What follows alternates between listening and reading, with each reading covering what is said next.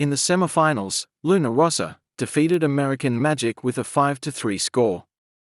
The team will confront Ineos Britannia in the final elimination phase of the Louis Vuitton Cup. Here is their semi-finals racing wrap.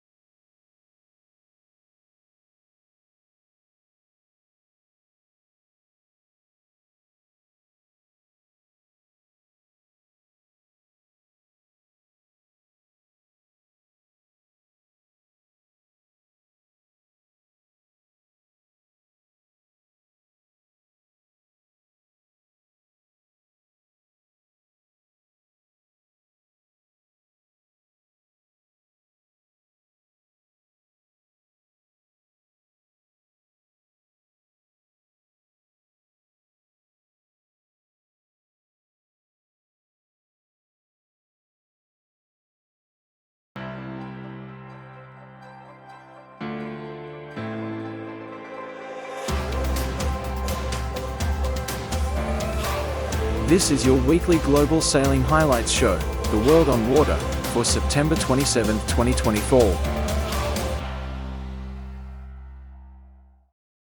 The race committee prudently delayed the start to 2:30 p.m., keeping the fleet on the docks as they waited for a storm front with potentially gusty winds to pass on day one of the 22nd Rolex Swan Cup. Forging ahead were the Club Swan 36, Black Seal, with a first and a second place, the 42, Canopo, with 2 bullets, the 45, Ulika, with a second and a first, closely followed by Ex Officio, just 1 point behind, with a first and a third. Rich heritage, a spirit of camaraderie and shared passion, qualities on display at the Rolex Swan Cup. Light winds prevailed during day 3 of racing on the Costa Smeralda today, allowing the fleet of Swan yachts to offer a typically graceful spectacle and a chance to admire their eternal allure. For many owners it can spawn a lifelong love affair, which for Leonardo Ferragamo started over 35 years ago when he bought his first Swan. Could recognize it was a Swan because of the elegance they expressed and that strong identity, and of course the performance, and always with an impeccable quality, which at sea means also reliability. Really create this identity that is so very rare to find in a product. Since then, a love story with these boats started, which has remained with me for the rest of my life. Sailing these boats is a dream come true. They're really a sailor's boat. They sail very, very well, and they look beautiful at the same time. I've been coming to the Rolex Swan Cup for 40 years, but what really sets it apart is the sort of camaraderie ashore. This is a unique event. We're part of one big group. All the Swan owners share the same passion for their boats as well as for sailing. Swan tacking. And so that's what makes the Rolex Swan Cup so special. This enthusiasm and attachment to a unique event, uniting Rolex, the YCCS and now Tour Swan since 1984, was shared by all today, as the fleet enjoyed close racing on both the Windward Lured and coastal courses. The 22nd edition of this regatta is building to an exciting finale.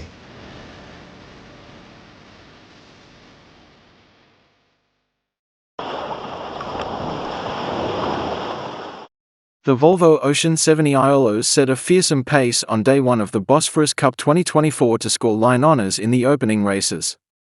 Greek businessman George Prokopia was helming his ocean-going 70-footer to great effect, aided by an international crew that includes Greece's most recent Olympic medalists, Pavlos Kajalis and Panayotis Mantis. Early off the start line, another mighty Greek boat, Stratis Andriadis 86-footer, Meliti, made an excellent start out of the committee boat end of the line to move into clear air ahead of the rest of the 96-boat pack. Welcome to Istanbul, spectacular host city of the Bosphorus Cup. With sailing boats measuring up to 86 feet long, Olympic medalists among the crew, and an entry of 96 boats, the Bosphorus Cup continues to go from strength to strength, 23 years after the event first took place.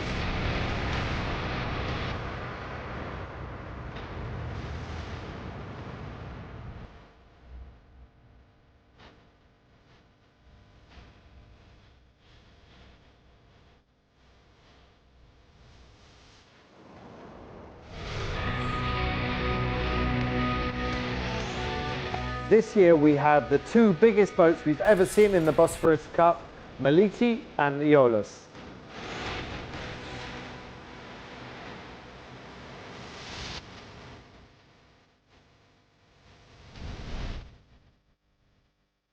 Saturday is the big day when the mighty Bosphorus Strait is closed to commercial traffic for a 5-hour window so that this fleet can enjoy a stunning race through the heart of Istanbul.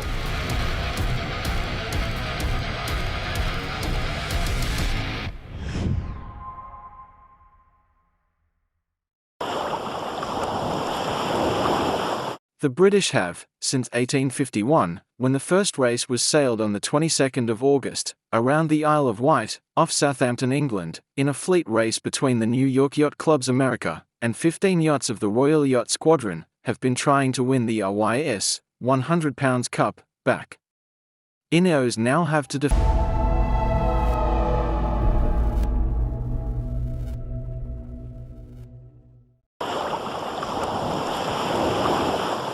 The Sandberg Estates J70 Worlds has a winner.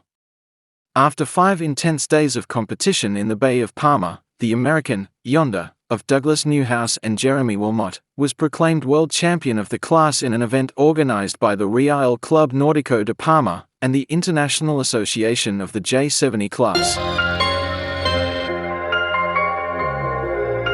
Llevamos desde noviembre realmente trabajando para este campeonato y la verdad es que también hemos contado con un Cotopi que es así impresionante. Un montón de gestiones, de permisos y que al final han ayudado muchísimo a que esto vaya bastante suave.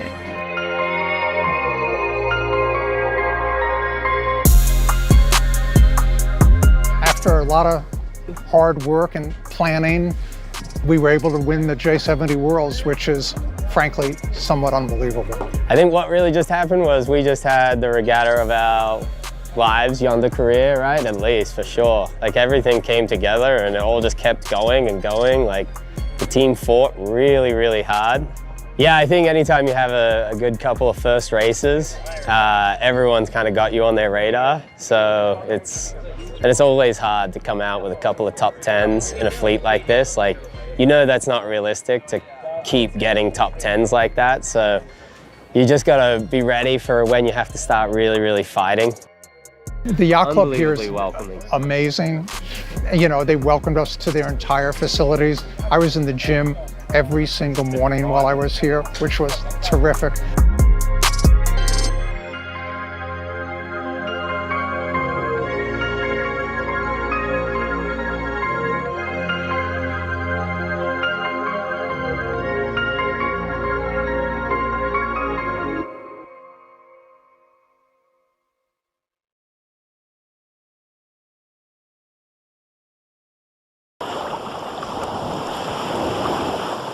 Day 2 of the Rolex Swan Cup on the waters off Porto Cervo was marked by unstable weather conditions, managed skillfully by the race committee to fit in a coastal race for all classes, with the exception of the Club Swan 36 class, which completed a windward-leeward race, abandoning a second due to a squall that brought with it unpredictable and shifting winds. The coastal race was slightly shortened for Swan Divisions A and C and the one design classes for the same reason, while the course was reduced more significantly for Division B, the Swan Sparkman and Stevens yachts. So here we are on day 2 of the Rolex Swan Cup, and what a fantastic day of racing we had yesterday. In the Club Swan 36 class, a fantastic performance by the Egyptian-flagged Lady Hada, who scored a bullet on the final race of day 1. It went so well. I have an amazing team and we won. In the fiercely competitive Club Swan 50 fleet, Mark Besner and the German-flagged Olymp are currently leading, but closely followed by the Monaco-flagged boat Moonlight, skippered by Graham Peterson. Difficult conditions, the boat was moving around quite a lot, but we managed to work together. So we're delighted with the first race and did similarly in the second race, so we're really pleased. It's only day 2, it's all still to play for, it's time to go racing.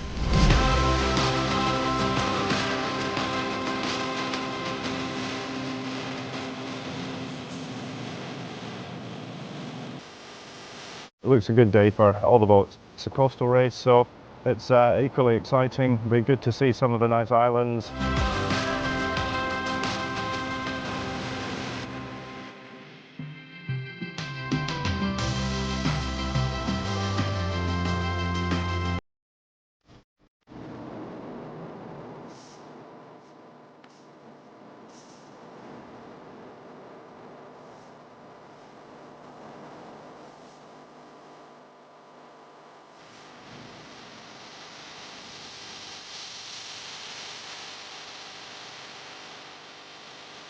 It's an amazing destination.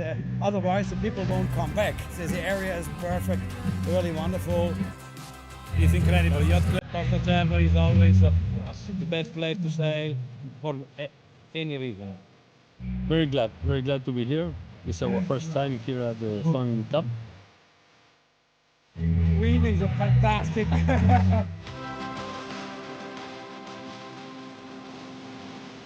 It's actually amazing, you know, because it's not just not happening. from the first day. No, it is a long hard work. Thank you, ladies and gentlemen. We are the Swan Bandits.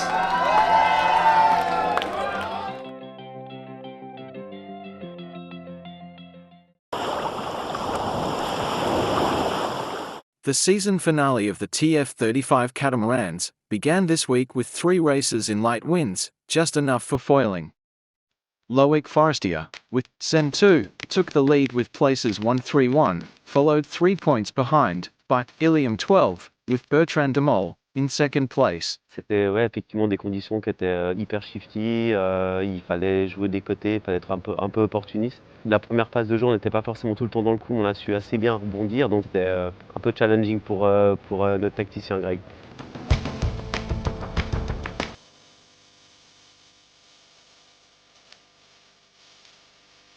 Peut-être elle met un peu de pression, mais surtout il faut qu'on reste sur notre ordre de marche, qu'on fasse des choses simples, des bons départs, et une fois qu'on aura fait ça, qu'on aura mis ça en place, ben voilà, après on peut jouer.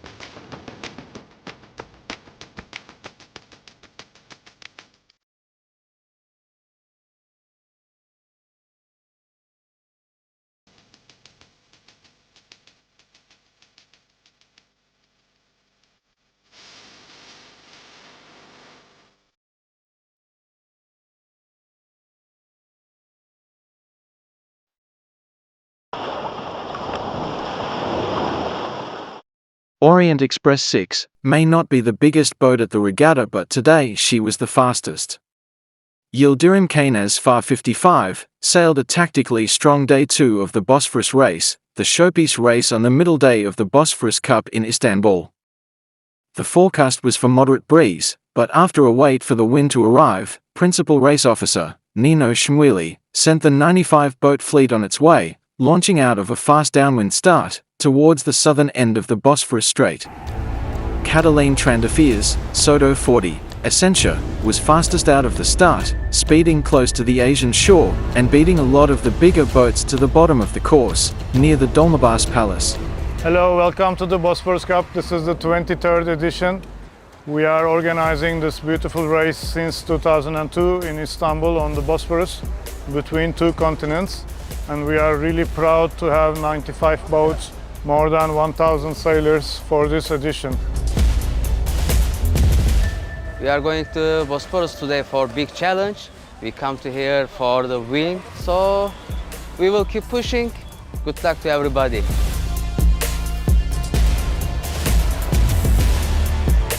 Today's Bosphorus race never let the sailors relax for a moment. With strong currents, rain squalls and big gusts, as well as patches of light wind, the 95 boats were constantly tested through the Bosphorus Strait.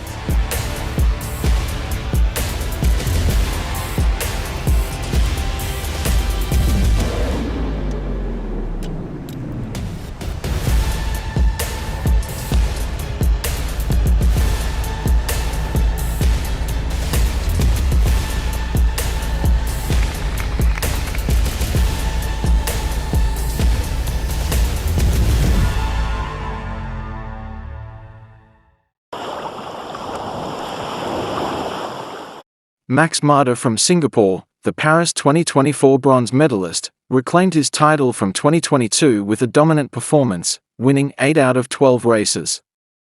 Marder's consistent excellence set a high standard for the competition. Reflecting on his competitors, Marder praised the Chinese sailors for their fearlessness and skill, noting their potential to become a formidable force in international competitions.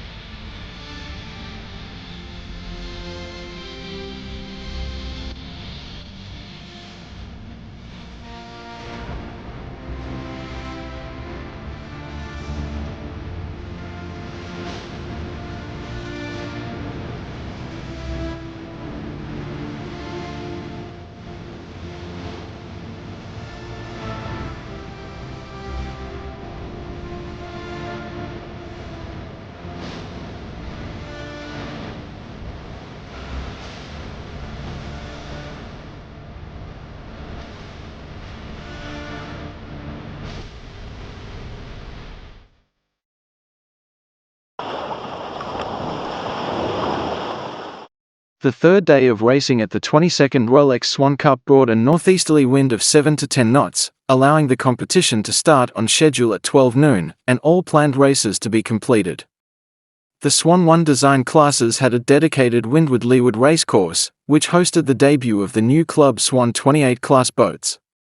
The remaining classes, competing in compensated time, sailed on coastal courses, 21 miles for the Division A Swan Maxi, and 18 miles for all other divisions. Good morning, welcome to day 3 of the Rolex Swan Cup. The sun is shining, people are smiling, and we're looking forward to going racing. Today marks a special milestone for the brand new Club Swan 28, which will make its racing debut. We will have 5 of these cutting-edge one designs out on the water today. But the 28s are just part of a much bigger story here in Porto. Everything from the classic Sparkman and Stevens, the powerful elegance of the Swan Maxis, and every one design in between.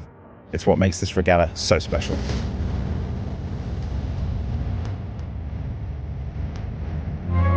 There was a close tussle on the final day of the Bosphorus Cup 2024, but in the breezy finale it was the TP52, Arca's sailing team, Blue Moon, who surged to victory in Istanbul. With a variety of wind strengths and different course configurations, the 23rd edition of the Bosphorus Cup demanded solid all-round skills, and Sept Altai's well-drilled crew looked ready for any challenge. Having only just taken over ownership of TP52, less than 5 months ago, Altai and his team have been getting used to the power of the 52-footer, which formerly competed on the TP52 Super Series as the German boat container. We've had 3 fantastic days of racing at the 23rd edition of the Bosphorus Cup in Istanbul. It started out on day 1 on the open waters of Kadibostan. Day 2, the magnificent Bosphorus Straits right through the heart of the city of Istanbul. And day 3 concluded with a beautiful coastal race through the idyllic Marmaran islands of Burgash, Kashik and Heybeli. After 3 great days of varied wind, strong currents, all kinds of conditions, it's been a super challenging but very rewarding event for the 95 teams. We saw a variety of contenders of different sizes. In the end, Coca-Cola Asterisk, the FAR 40, finished 3rd overall. Then the Russian entry, Roscoe Racing, early leaders in the series, end up 2nd overall, but cream of the crop, the TP52 from Turkey, Arca sailing team, Blue Moon. After 3 racing days, finally we won the race. It was really hard to race in that fleet, and racing in Istanbul is really tough because wind was always, shifty, gusty, and the other participants and also are really good.